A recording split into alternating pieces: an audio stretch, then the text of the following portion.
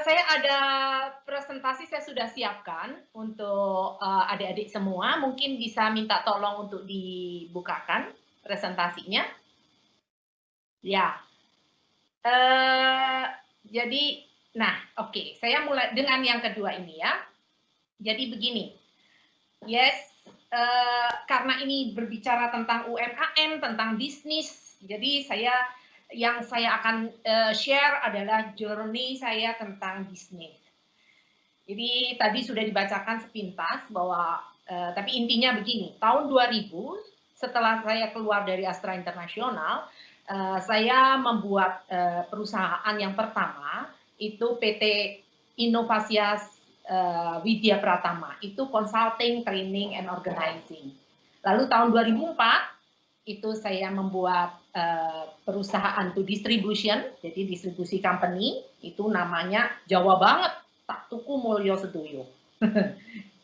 Ya, kemudian nanti Anda lihat nih ya, di sini kalau yang saya putihin itu yang bangkrut, ya. Jadi kalau yang namanya pengusaha belum pernah bangkrut gitu, sepertinya belum komplit jadi pengusahanya ya, gitu ya. Nah, 2004 sampai 2007 saya distributor Nestle, Mayora, macam-macam limit banyak. Kemudian 2009 saya membuat sebagai supplier buah untuk Carrefour, Lotte, dan lain-lain. Itu hypermarket lah. Itu juga akhirnya saya tinggalkan. Mulai 2011, nah itu saya masuk ke tetap buah, tetapi lebih ke saya masuk ke Samudra Biru. Saya masuk buah untuk ke perusahaan-perusahaan. Jadi buahnya udah siap potong, siap saji. Gitu. Sampai 2016 ada lagi daunnya, tapi masih tetap bertahan. Lalu 2019 saya mulai membuat jamu Mbak Yuslasti dan sampai sekarang. Next. Oke. So, karena ini mau bicara next ya, silakan next. Karena ini bicara tentang krisis saat pandemi corona, saya mau kita ngobrol. Sebenarnya krisis itu apa? Kalau buat pengusaha, yang namanya krisis itu selalu ada. Naik turun usaha, mungkin Mas Jimmy yang pengusaha tahu persis nih dalam hal ini ya. Omset turun itu krisis. Biaya tetap naik, biayanya tetap tapi omsetnya turun, biayanya malah naik, itu krisis. Modal habis itu krisis. Cash flow minus itu krisis. Terjerat utang, waktu saya bangkrut, terjerat utang,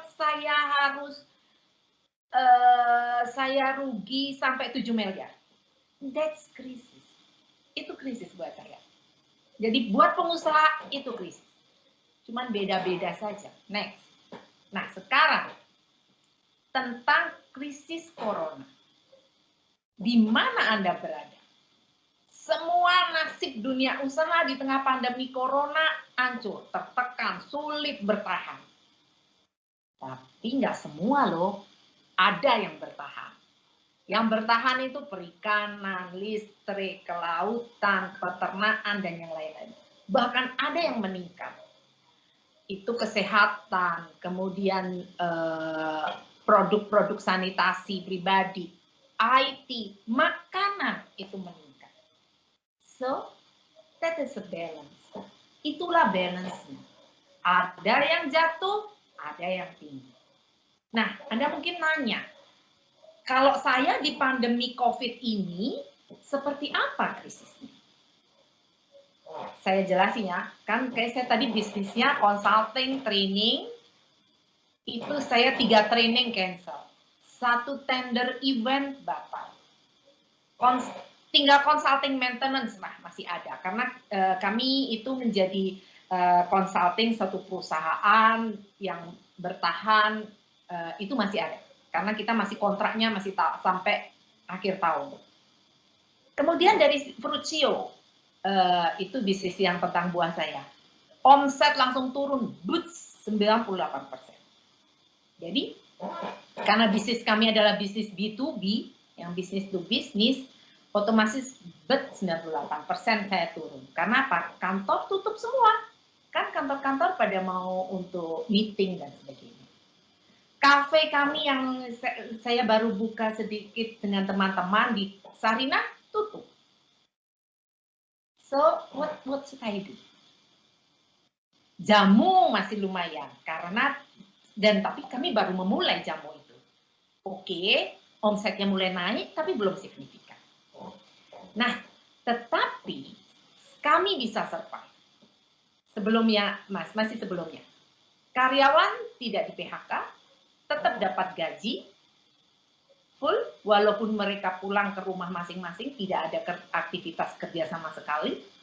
Kemudian cash flow cukuplah sampai kita sudah perhitungkan sampai akhir tahun. Why? Kenapa kami bisa survive? Next. Saya cuma mau ngajak adik-adik bertanya pada diri. What is business? Jadi kalau bisnis itu kan orang bisa banyak sekali ini ya. Bisnis adalah bla bla bla bla. Kamu bisa lihat di Google banyak banget tentang bisnis. Apa itu bisnis? Itu banyak banget. Tetapi kalau saya sebagai seorang yang langsung masuk di dunia bisnis, bagi saya bisnis is about adding value. Klik ya, adding value. Seperti apa? Jadi bagaimana kita memberi nilai tambah pada suatu produk atau suatu jasa. That is the business. Jadi kalau kita nggak bisa memberikan nilai tambah apapun dalam di produk itu atau jasa itu, buat saya itu bukan bisnis. Ya, jadi apapun itu, bisnis is about adding value, menambahkan nilai pada sesuatu. Next. Nah, how? Sekarang bagaimana kalau kalian mahasiswa, mau bisnis, atau mahasiswa mau menginspirasi orang untuk berbisnis, atau mau mengajak mama-mama Papua untuk bertahan dalam bisnis? Kalau saya ingat zaman dulu mahasiswa itu adalah kekuatannya Pak. Yang kalian muda, smart, kalian smart, dididik, punya banyak kesempatan untuk menimba ilmu, energik, otomatis masih muda, masih punya vitalitas, masih punya semangat tinggi. Dan keuntungan mahasiswa yang sekarang dibandingkan zaman saya dulu adalah apa? Connect. All the world ini sudah connect. Dengan adanya internet, dengan adanya medsos dan sebagainya, kalian bisa connect kepada siapa saja. Ini tiba-tiba ada yang connect ke saya, padahal saya tidak kenal dengan Kurnia misalnya, Universitas Cendrawasih, saya belum pernah ke Irian, walaupun saya pingin banget saya lihat filmnya Denias, itu keren banget. Saya pengen pergi di sana. Tapi sekarang semua bisa terkonek. Jadi semua bisa terkonek. Itu kekuatannya mahasiswa zaman sekarang. Next. Nah, mahasiswa zaman sekarang kalau saya lihat itu kemungkinannya kan kalian umurnya nih generasi Z kan ya. Mungkin keumuran anak saya lah, tahun 95, kelahiran tahun 95 ke atas kan gitu. Kalau ini menurut Tirto.id, mereka sudah research, itu akses informasinya 35,2% memilih media sosial. Kemudian rata-rata 90% mengakses medsos itu lewat ponsel pintar, dan rata-rata mengakses internet 3-5 jam sehari. Kalau zaman dulu kami itu, kalau mahasiswa itu, kalau yang cowok-cowok menghabiskan duitnya buat beli rokok. Kalau zaman sekalian kayaknya semua itu pasti buat beli pulsa kebanyakan ya, walaupun rokok mungkin juga masih ada gitu ya. Nah, lalu bagaimana para generasi. Jadi kalian nggak cuma lagi generasi milenial, kalian sudah generasi selanjutnya setelah generasi milenial, yaitu generasi Z. Jadi in your blood, in your DNA, itu adalah chip komputer kalau saya bilang. Saya suka bilang begitu sama anak saya. Jadi kamu ini sudah kayak di dalam dirimu ini ada chipnya, ada platinum komputer. Next. Oke, next. Nah, so bisnis yang bagus, bisnis yang harus dilakukan oleh mahasiswa, atau sebaiknya kalau yang seperti tadi Bapak Wakil Rektor bilang, jangan hanya pengen menjadi pegawai negeri, tapi mahasiswa itu harus melakukan yang distinktif, pembeda. Bisnis yang kalau kita ini bukan anaknya konglomerat yang duitnya nggak berseri, kita harus menemukan bisnis yang distinct, yang beda dibandingkan yang lain. Sama-sama saya bergerak di buah. Kenapa orang memilih buahnya kami dibandingkan membeli di tukang potong yang di pinggir jalan itu, padahal mereka jauh lebih murah. Jadi tukang potong di pinggir jalan atau catering biasa itu menjual buahnya antara 5.000 sampai 10.000. Kami menjualnya 20.000. Kenapa mereka memilih kita? Kenapa masih tetap ada konsumen? Karena ada distinktif yang kita berikan. Kita distinct. Next.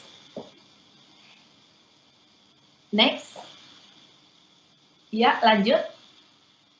Nah, ya, yang sebelum ini, niche market. Yang paling penting adalah bagaimana supaya kita bisa menjualnya, itu adalah temukan niche marketnya. Ini saya lihat lembah, ini mungkin kalian pasti sangat tahu nih, ini lembah mana ini. Lembah di Papua sana. Lembah itu kan ada celah-celah.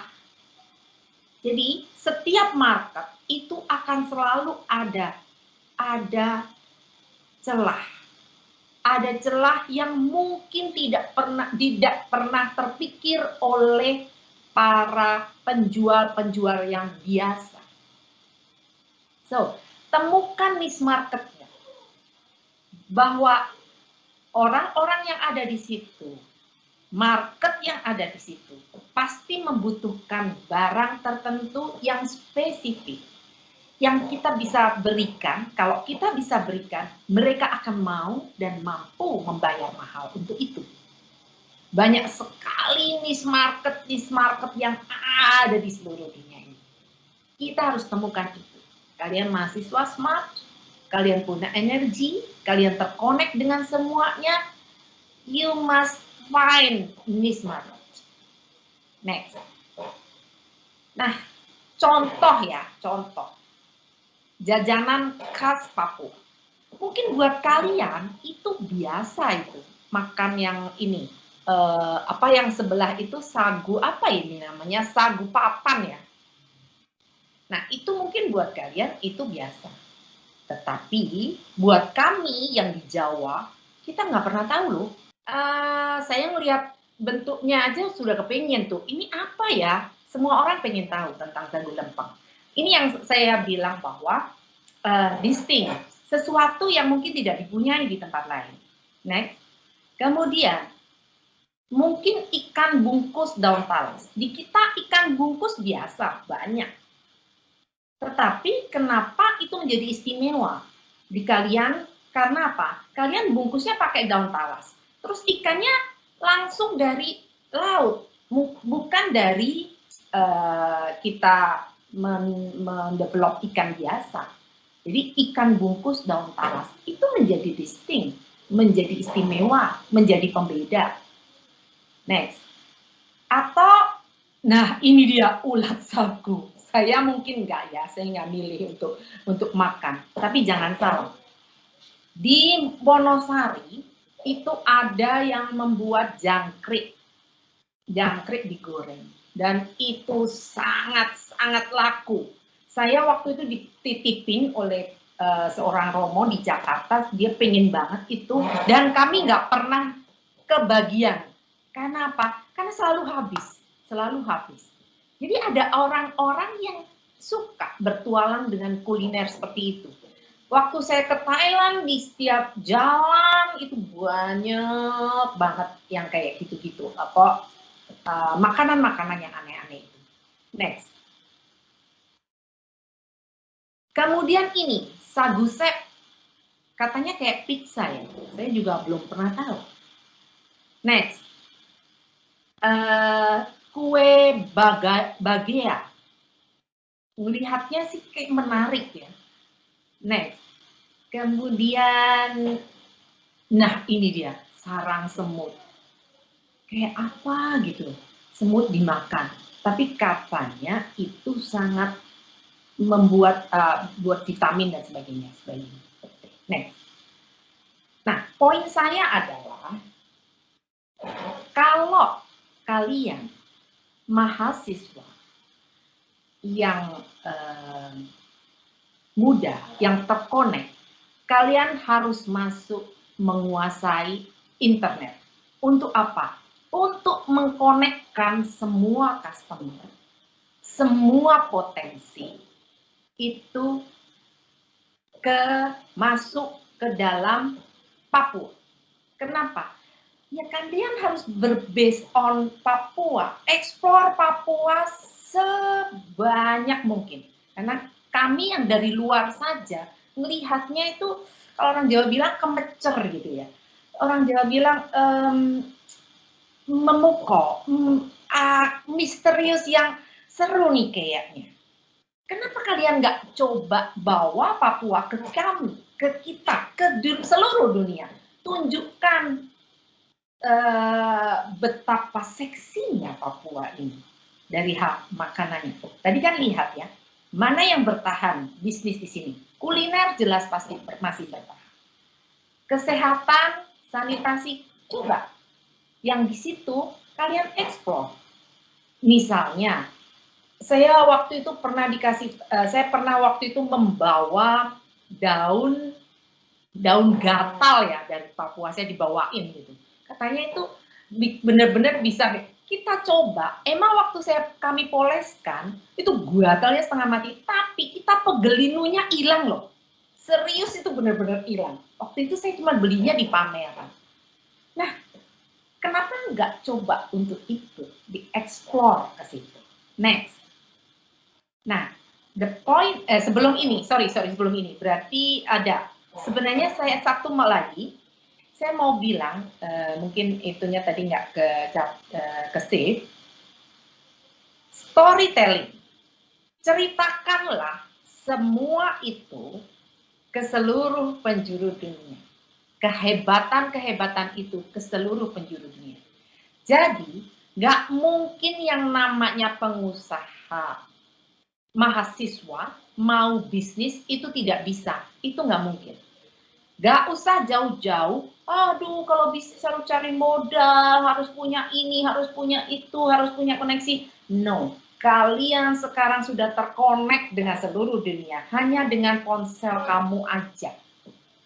Hanya dengan pulsa yang punya kamu aja, kamu bisa terkonek dengan seluruh dunia. Yang penting kamu bisa menceritakan itu. Storytelling, produk-produk yang khas di Papua, yang distinct, yang beda, ke seluruh penjuru dunia.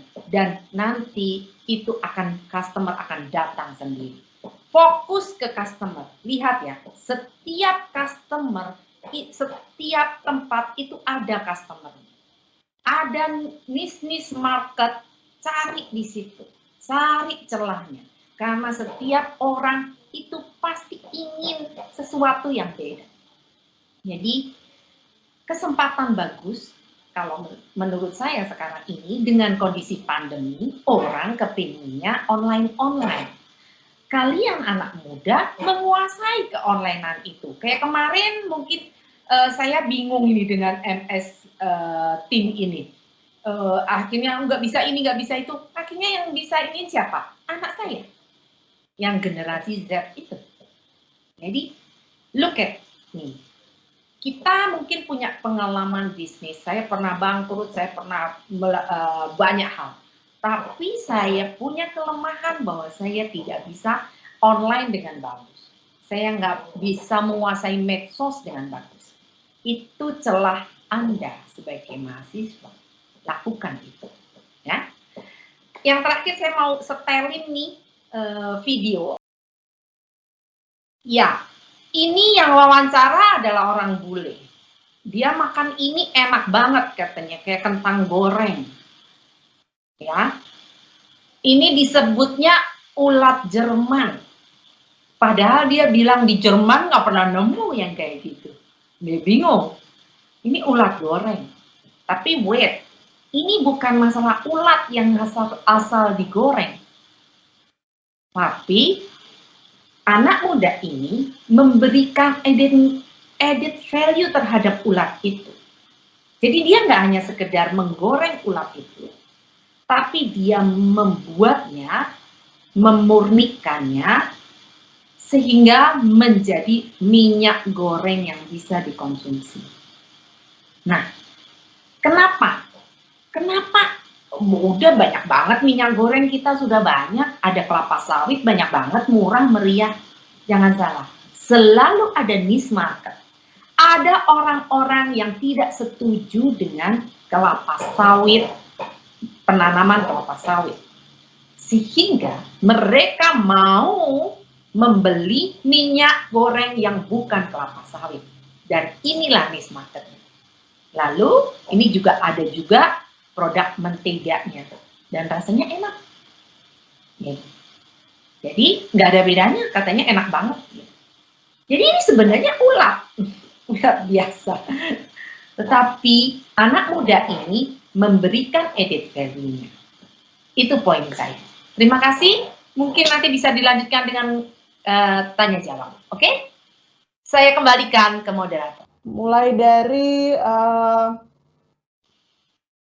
apa itu manfaat berkemah online ya. Jadi menurut Bapak Ibu sekalian, berkemah atau bersama untuk mengembangkan kewirausahaan mahasiswa ini di era new normal setelah pandemi COVID-19 ini, kira-kira apa manfaat dari kita mahasiswa itu melakukan giat kewirausahaan? Baik, mungkin dari Ibu Maria. Iya, maksudnya berkemah online ini sepertinya pertanyaan untuk sekolah ya? Tujuannya apa gitu ya? Berkemah itu singkatan Ibu, jadi dari kegiatan kita itu berkemah itu bersama kembangkan kewirausahaan mahasiswa. Oh, oke. Ya, begini. Jadi, mungkin kalian udah tahu bahwa di semua juga banyak yang bilang bahwa dan berdasarkan penelitian juga banyak 98%, 92% kerja itu didapatkan dari UMKM. Lowongan pekerjaan itu justru ada di UMKM, bukan di perusahaan-perusahaan besar. Jadi sebenarnya negara kalau mau maju dan berkembang itu harusnya UMKM-nya harus kuat. Jerman itu dulu bisa mengatasi krisis 98 itu karena UMKM-nya kuat. Kenapa? Karena kalau corporate itu begitu jatuh dia akan domino efek. Satu jatuh dia akan karena mereka itu sistem finansialnya itu kan saling berkaitan. Sedangkan kalau UMKM, usaha-usaha mandiri itu masing-masing mandiri-mandiri. Ya, itu akan kuat sebagai pilar-pilar yang menopang kehidupan bangsa ini. Tapi sayangnya di Indonesia ini nggak sampai 2% pengusaha UMKM-nya. Padahal sebenarnya dari dulu waktu 98 masalah itu UMKM nggak akan terkena apa-apa. Justru karena dia sangat mandiri. So, kalau Anda mahasiswa, kemudian hanya berpikir mau cari pekerjaan dan menjadi buruh, mohon maaf ya, ini kan sama aja menjadi buruh. Nggak usah kuliah. Oh, SMA saja cukup kalau cuma mau jadi guru. Kemudian kalau ilmu, kamu googling aja banyak. Banyak banget googling. Tapi kalau mau benar-benar menjadi seseorang, itu kerjakan. Jadi masuk dan kerjakan. Lakukan sesuatu. Itu you will be. Kamu akan menjadi. Make it done. Buatlah semuanya itu terjadi. Jadi kalau masalahnya berkemah online, berkemah itu tadi melakukan suatu kegiatan ya, kewirausahaan, ya. Kewirausahaan itu. Kalian tahu yang namanya Jack Ma bilang usia 20 sampai 3 usia sebelum 20 kamu harus belajar kan. 20 sampai 30 carilah mentor. 30 sampai 40 kamu bisa mencoba bisnis apa saja. Dan boleh jatuh bangun nggak masalah. Kamu coba-coba semua bisnis. 40 sampai 50 kamu harus stay fokus di satu bisnis. Kenapa? Karena kalau kamu nanti jatuh, itu kemungkinan untuk bangunnya sudah lebih susah. Usia 50 sampai 60 bekerjalah dengan anak muda. So, kalian ini sekarang kan masih muda. Di era mana? Di usia 20 sampai 30. Usia 20 sampai 30, carilah mentor. Manfaatnya berkemah online itu adalah apa? Mencari mentor. Kalau cuma ilmu di googling banyak banget. Kamu cari aja ilmunya, udah itu pasti bagus-bagus. Tetapi mentor, you cannot find dari situ. Jadi berkemah online ini mencari mentor, mencari sparring partner untuk diskusi, mencari pengalaman bersama-sama dan berdiskusi semaksimal mungkin sehingga mendapatkan you get something. Itu dari saya. Baik, Ibu. Terima kasih, Ibu. Karena saya lihat pertanyaannya banyak, sehingga saya coba untuk mendistribusikan pertanyaan dengan waktu kita yang ada. Baik, untuk pertanyaan berikut, mungkin saya masih ke Ibu sebenarnya, ke Ibu Maria, untuk bagaimana caranya mengenalkan produk kita ke masyarakat lewat storytelling. Jadi ada peserta dengan nama Gideon menanyakan bagaimana caranya mengenalkan produk kita lewat storytelling. Oke, jadi gini, storytelling sebenarnya tadi saya udah kasih, cuman mungkin nggak bisa muncul tadi. Storytelling itu bagaimana kita menceritakan produk kita ini. Yang diceritakan apa sih? Gitu kan? Karena begini, sometimes suatu produk itu bisa bicara sendiri, tetapi lebih banyak itu harus diceritakan. Jadi kayak tadi misalnya tentang sagu papan. Kamu harus bisa menceritakan dari sudut mana? Historinya. Historinya sagu papan apa sih? Kenapa kita harus makan sagu papan? Enaknya seperti apa? Jadi kemudian memori itu kalau bisa mengundang seseorang pada masa kecil, kalau masalah anak-anak ya, kalau masalah makanan, itu biasanya makanan itu is about memory. Jadi kita kembali ke ceritaan tentang masa lalu, kemudian itu diceritakan. Bagaimana memori seseorang yang dialami oleh orang lain, orang-orang Papua, histori yang dilakukan oleh orang-orang Papua, itu menarik kami yang bukan orang Papua to come, untuk nyicipin, untuk be with you, untuk bersamamu, menikmati memori itu.